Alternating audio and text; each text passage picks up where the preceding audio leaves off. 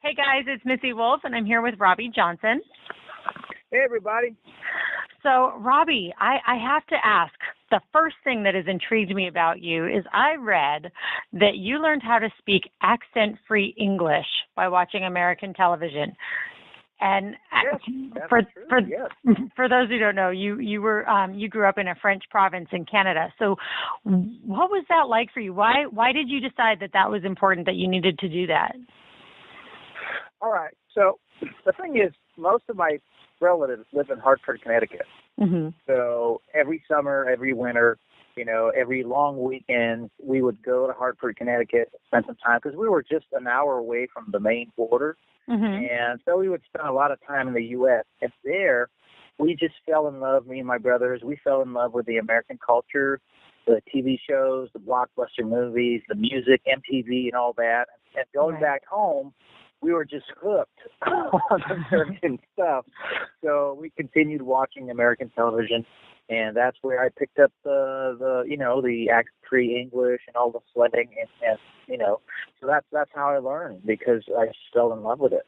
Oh, that's great. I wasn't sure what the reason was or why, but I was like, it just definitely intrigued me. And did your family, did they support your decision to do that, or did they think you were crazy? Yeah, I mean, we're all into it. And the other thing is that, my parents divorced. I was 5, mm-hmm. and then we moved to that small town near the Maine border. And, it wasn't easy, poverty and all that. I was pretty shy. I didn't have confidence. And, all my role models are coming from American television, the movies, and also the music. It made me use a lot of my imagination. There was always a music in my life, mm-hmm. as a soundtrack in the background of my life. There was always music coming from that TV, coming from, the music and movies. And this stayed with me ever since. Right. And the reason I want to make it a French Canadian wanting to, become a country artist mm-hmm. in Nashville, it's kind of weird because country isn't big in where I come from. Right. It's not big. It's not like in the U.S. Right. So it's kind of weird for a French guy that wants to do country music in Nashville. But the reason I want to do it, and I want to make it in the U.S., that's why I moved. As the minute I knew this is what I wanted to do in my life, mm-hmm. I moved to Nashville. And it's because I owe you guys so much. I owe so much to the American culture because you guys practically raised me. I was raised by American television, Right. So I don't know where I'd be if it weren't for that. So that's why I want to make it in the U.S. and I want to give back. So that's the reason I'm in the U.S. wanting to make it here. Absolutely. Well, I'm glad you're here. You have an incredible talent, which is no wonder why you're one of Nashville's newest rising stars. I mean, you sing so beautifully, so well. I was watching your video South of Me, and you made me feel the emotions within that video, within that song, I should say. And it was just like the whole video. I'm like, is he going to find her? Is he going to find her? It was just, it was really great, but not everybody can pull off that emotional, acting delivery in their videos as they do with the actual song itself, singing. So I got to give you credit for that. It was beautifully done, and I'm so glad I got to see that. Great. Yeah, it isn't a dream, when, being a child, watching American and watching the movies and all that. Mm-hmm. Of course, there's a part of me, and everybody at a certain age, they want to be the movie star. So that was the dream of me, of doing a video where it feels like a movie, and I was happy that it worked out that way. I mean, but it's a teamwork. I was mm-hmm. with Brian Smith, director of that music video, and he has the most, on MTV, he's the director that has the most, how do they say it? When it goes top, when it's number one for 20 weeks. Oh, right. Consecutive, He has the most retired video clips of all time, on MTV. So he's really, really good, and it's a teamwork. So. Right. I'm fortunate and thankful for having all these people, supporting me and around me, like Elaine and everybody. Oh, it's absolutely fabulous, and I'm so glad that you're having the success that you've had, and you've done things that not many independent artists have been able to do. One of your songs that you recorded broke the top 20, right, on country or on U.S. country radio, which that's huge. That's what was that moment like for you? I mean, I'd have been celebrating. That was pretty insane. People were like, Robby, this isn't normal. This really, this doesn't happen. It's not supposed to happen that way. And it's funny because when I got to Nashville, I was a sales rep on the road. Mm-hmm. And for a sales rep on the road, the sky's the limit. You never block yourself from anything. You don't build walls around you. Right. So arriving in Nashville, people were telling me, Robby, it doesn't work that way. You're not going to play on the radio like that. You're not going to go on late shows. And a lot of things that people were telling me that was never going to happen to me happened. Right. So it's a crazy story. It's really cool. The fact that I had that top 18 and also, and then the music video that goes viral and then the late show, David Letterman performance was amazing. That was surreal. I still can't believe it. I was going to say, is it one of those moments that you just still look back and you're like, man, I cannot believe that happened? I cannot believe that happened. And it's funny because until, a few days before, we had not bought plane tickets for New York. We're like, no, they're going to cancel me. I mean, I'm never going to do that. So we weren't buying the tickets. Oh, wow. And then we're like, okay, we're going to buy the tickets now because we need to get there. And we're in the plane. And it was in the evening, flying over New York, all the lights. I'm like, man, I can't believe they're doing this. That's impossible. And it happened. And I still can't believe it. That's great. That must have been just a tremendous feeling, just of accomplishment, David Letterman, holy cow. That's great. Theater. Ed Sullivan Theater. That's where the Beatles were discovered, so right. for North America, I'm sure for the U.S. But yeah, that's insane. It's crazy. Definitely. The other thing that I thought was really just a remarkable, accomplishment is the fact that in one of your songs, I Ain't the Guy, Vince Gill plays a guitar solo. That is so funny because that song wasn't going anywhere. It's a great song, and we cut it, everything, and then we're trying to mix the song, and it's not working. And I turned to James Scott, producer, and I'm like, no, there's something wrong with this song. And you think, we could get Vince Gill to do the guitar solo on it? Maybe it would fix it a little bit, And he's like, okay, let's see if he wants to do it. And he goes to ask Vince Gill, and he agrees to do a guitar solo. And when the song comes back with the new guitar solo, it's like a revelation. Right. He told us what the song needed to be. So we went back in the studio with Brent Mason, and he did some guitar overdubs, and it completely changed the song. It saved the song. Wow. It was what he did, what Vince Gill did on that song is incredible. He literally saved the song. Well, that's great. I will make sure that we definitely put that in the article. Vince Gill saved this song. That is so awesome. And he must does he know that you feel that way and that you've credited him with that? Yes, because I sent him a card, a thank you card and everything, and I explained the story. And I told him that he saved the song because it wasn't going anywhere. That is the coolest thing ever. Because the song, it has to be what it has to be, and sometimes musically, instrumentally, it doesn't fit with the song, and you can feel it when you listen to it, like, oh, there's something wrong about the song. Then he made it right. And that was a really cool moment for everybody in the studio when we listened to his solo. We're like, oh, all right. So it opened up our eyes, and we're like, okay, that's what it needs to be. Awesome. That's great. He did it, and the mix came out, really nice, and it's one of my favorites.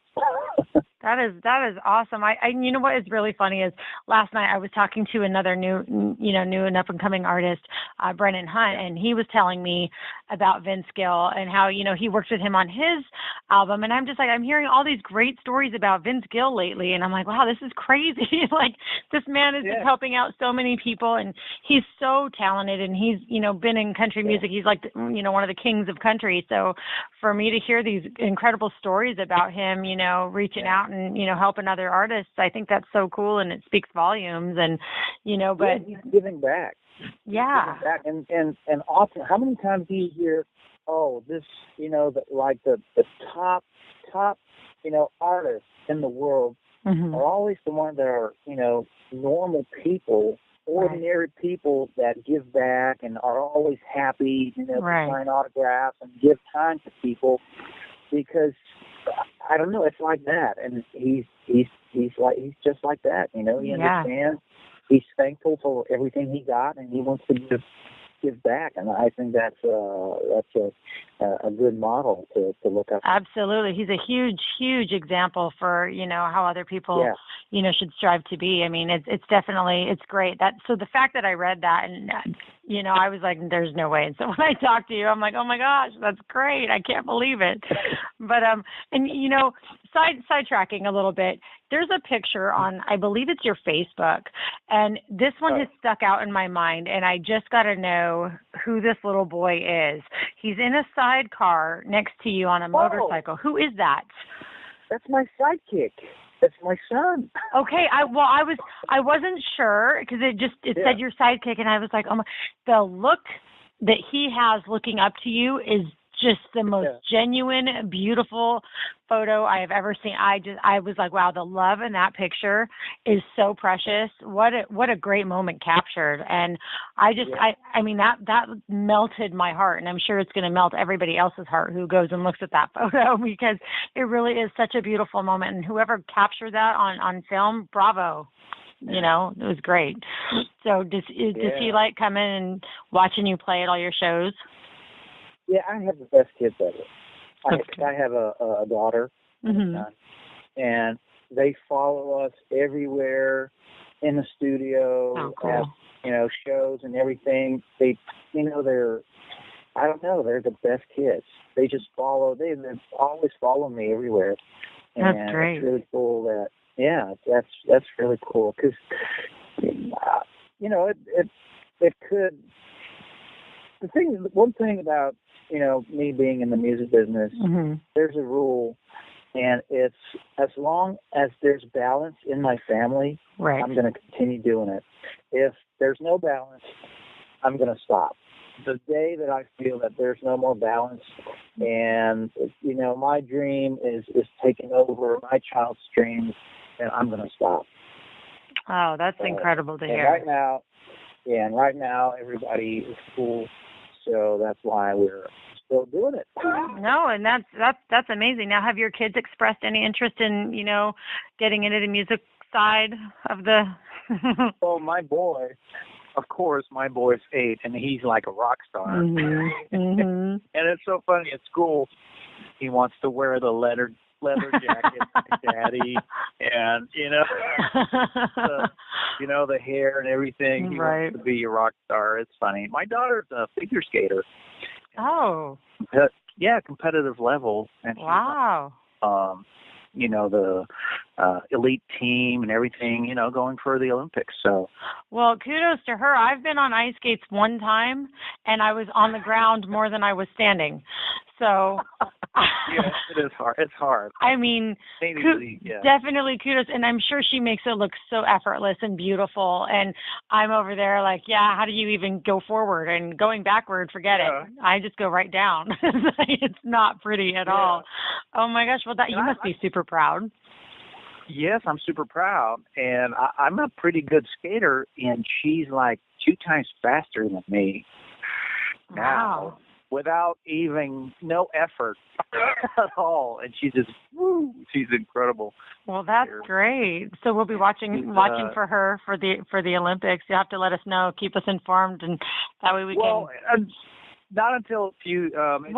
Because she's right now she's done with the doubles, double axels and everything. She's starting to learn the triples. Really? Wow. That's yeah, so cool. it hurts when they fall. I'm sure it does. I mean, I can't imagine it feeling good at all. It didn't feel good when I had the most bruises I've ever had in my life. My knees, that you couldn't even see skin color. It was black and blue. Both of my knees. Sorry to hear that. Oh, it was a great experience. I'm not gonna lie. I mean, I had fun. I actually can say I went ice skating, but I probably will never go again. It's one of the toughest sports in the world. Right. Because they're going fast and they jump in the air, turn 3 times, 3.5 times, and they have to fall on the point of their blade. Yeah. So it's pretty crazy. It's pretty intense. Yeah, I don't even know. Well, good luck to her, and she'll absolutely make it one day if she keeps sticking with it. From what Yep. Oh man, I don't know. I got to give her major points for that, because there's just no way. I've tried it. It's really difficult. But okay, so we'll step away from that too right now. I'm sorry. I love to sidetrack because I just love getting to know people. There was something else that I read about you that I thought was really pretty interesting, and that was when you received a Christmas present of a paid demo session. What did that entail? What was that, and what went through your head? I mean, that was the worst Christmas gift ever. When I got it, because I was a sales rep on the road. Mm-hmm. Yes, I would always sing around the house. I would write songs and perform them on special occasions, and also, in the summer, campgrounds, sing and all that for, I don't know, maybe 1,000 people, and doing impersonations of Garth Brooks. Nice. With the costume and everything. But, after the show, you'd have to, get down the stage and think about going to work on Monday because you have bills to pay and everything. So I was a sales rep on the road, and I never thought I was a singer, an artist, or anything close to that. So when I got it, it was the worst gift ever. I was like, no, I'm not an artist. What's that? What am I going to do? I mean, what song am I going to do in the studio? Because I have, like I said, I have written songs. So that's how it happened. And I picked up, a feel-good, country rock song to do the demo so that everybody would have fun doing it, players and everybody, because I had no apprehensions whatsoever about that day in the studio. It's not like I was going there to make a hit, and everybody that I can do it. It was really just so everybody has fun. Right. And as soon as I started singing and, doing the song, they were like, oh, my God. Man, something in your voice, and your song it's hooky, it makes total sense, and it's good, and it sounds like what you hear on radio. I mean, you should go to Nashville. They told me you should go to Nashville. So that's pretty much the push I needed that day in the studio, feeling all the energy, felt at peace with myself, and driving back home with the CD of my song in the car was really an eye-opener for me. And it's funny because every time in my life that I said, I'm never going to do this, I end up doing it. Right. Maybe because I know deep inside that's what I need to do, and I don't want to face it, or I'm afraid, or I don't know, but it's weird. But every time I said, I'm never going to do this, it always happens. Well, I think that was probably the greatest gift then that you could have ever, gotten. I mean, aside from the kids, but definitely, I mean, that's huge. And so whoever gave you that gift, that's like the gift that keeps on giving, and is huge. My wife, and her family, they just have to have, and that's how it happened. Yep. Yeah, that's great. And I also read that you asked for time off at a job, and they didn't want to give you time off, so you upped and quit and moved to Nashville. And I'm like, God, that's right up my alley. There's so many people in this world I wish would stand up for themselves. They want time off. They want to do something with their life, and they ask for it, and they're told no, as if those people control their lives, and then they just go with it. And I'm like, no. So when I read that, I was so excited because that is how I live my life, and not that everybody needs to live their life like me, but that was just one of those things where I just thought, good for you. It's so refreshing to see when people stand up for themselves and their dreams, and you absolutely did that, and I just got to give you credit for that. That's awesome. And thanks. That was a leap of faith. And, I'm sure. And the other thing, because I was doing back and forth in Nashville, and I met with Jim Catino at Sony, and we were talking, and I was, asking for advice and knowing how to work it out in Nashville. And one thing that he said was, the first thing you need to do is show your commitment. And a way to do that is to be in Nashville. You got to live in Nashville. Because if you come here on weekends every week or so, it's not serious. Right. It's not going to work out for you. Magic happens when you're in Nashville, when you live in Nashville. People see that you're committed to what you want to do. It's truly what you want to do. And it separates you from all the thousands of people that go there, once a month or something like that. Right. So that was also in the back of my head. If that's what I truly want to do, then I need to move to Nashville, and that's why I asked for the leave. Because I wanted to try it for, a couple of months, and they were really happy about that. So right. Okay, let's move. So we moved the whole family, and it worked out good. Oh, that's absolutely incredible. I absolutely love Nashville. I'm actually here right now for the week, and hoping to move back. I lived here for a very short time, but I'm hoping to move back, this summer sometime. I do. I love Nashville. So will you be participating at the CMA Fest and stuff this year?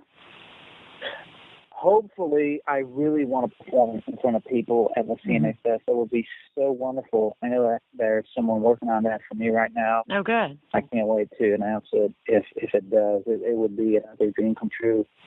And absolutely. It's such a great week. So beautiful. See all the thousands of people, loving country music. It's such a great feeling. Yeah. Oh, and it's great. And you watch these diehard fans, with the signature collecting on their boots and guitars and hats, and they're just so proudly toting those things around, just so happy for that next signature that they just got, So, yeah, it's pretty great. I will say I absolutely love watching just everybody just so happy, and you meet people from all over the world, and it's like the one thing that unites everybody, right? It's music. Yeah. It's just great. And well, you'll have to let us know if you're performing, if you end up being able to perform there, so we can come and catch you and get some, live footage of you. But right now you have a new album out. It's called Don't Look Back. Yes. I love it. Don't look back. Don't look back. Right. No, never. Right. Exactly. Yeah. Don't stop on the highs, because then someone else is going to pass you. And don't stop on the lows, because then you're never going to get back up again. So it's really don't look back. Keep looking forward. Believe in your dreams, and never give up. Just go for it. What a great message. If it's truly what you want to do, it's gonna work out. Maybe Absolutely. It's not going to be exactly what you wanted, but you're still going to be around something that you're passionate about. Right. Yep.